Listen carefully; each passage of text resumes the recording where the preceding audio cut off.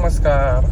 आज नाशिकमध्ये खूप चांगला पाऊस चालू आहे आणि कंटिन्यू पाऊस चालू आहे. आपण बघू शकतो बाहेर वातावरण कसं झालेलं आहे. सगळं आभाळ मस्तपैकी भरून आलेलं आहे आणि सर्व काही असं सुंदर असं वातावरण आपण बघू शकतो. बघूया आता किती दिवस पाऊस चालतो.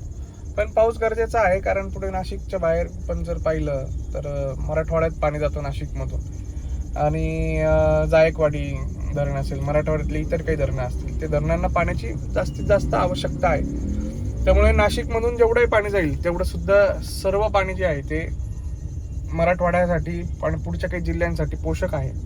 त्यामुळे निश्चितपणे पाऊस पुरेसा अजून झाला पाहिजे की जेणेकरून नाशिकच्या जे काही नाशिकमधून जे पाणी जातं ते पाणी मराठवाड्याला पूरक राहिलं पाहिजे. आणि आता चांगला पाऊस चालू आहे आणि मुळात म्हणजे सांगायचं तर रेड अलर्ट आहे. तर साधारण 30, 31, 1 आणि 5 नंतरही म्हणजे महिनाभरात भरपूर जोरदार पाऊस होणार आहे. याची दखल घ्या तुम्ही सगळे. एक साधारण 500 मिलीमीटरपेक्षा जास्त पाऊस होण्याची शक्यता सांगितली आहे, म्हणजे ढगफुटीच होणार आहे. त्यामुळे काळजी घ्या. पण एकांतात आपण पाहिलं तर नाशिकचं वातावरण थोडं सुंदर आहे. बघा, आता मी चाललो गडकरी चौकातून, एकदम मस्त असं वातावरण आहे. वरती बघा दाटून आलेलं आहे अजून. त्यामुळे तुम्ही काळजी घ्या आणि पावसाचा आनंद घ्या. त्याचबरोबर स्वतःला जपा, आजारी पडू नका. मी आता खूप मोठ्या आजारातून उठलो नेमका.